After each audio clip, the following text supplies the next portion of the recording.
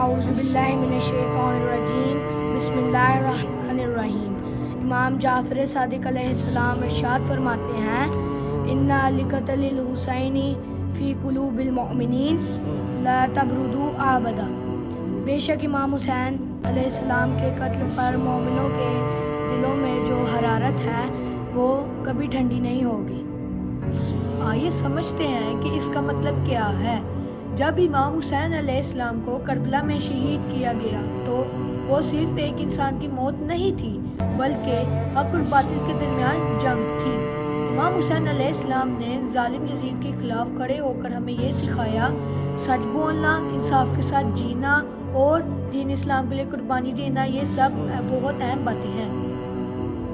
اور یہ جو امام علیہ السلام نے فرمایا ہے کہ حرارت کبھی ٹھنڈی نہیں ہوگی، اس کا مطلب یہ ہے کہ امام حسین علیہ السلام کی شہادت نے مومنوں کے دلوں میں ایسا عشق، ایسا درد، ایسا سوز پیدا کیا ہے جو کبھی ختم نہیں ہوگا۔ یہ حرارت ہمیں ہر سال محرم میں رلاتی ہے۔ یہ حرارت ہمیں امام حسین علیہ السلام کے غم میں ماتم کرنے پر مجبور کرتی ہے۔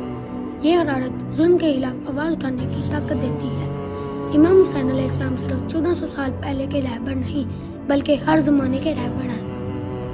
تو آؤ ہم سب مل کر یہ عہد کریں کہ ہم سچائی قائم کریں گے، دوسرا ہم امام حسین علیہ السلام سے محبت کریں گے اور ان کی یاد کو ہمیشہ زندہ رکھیں گے۔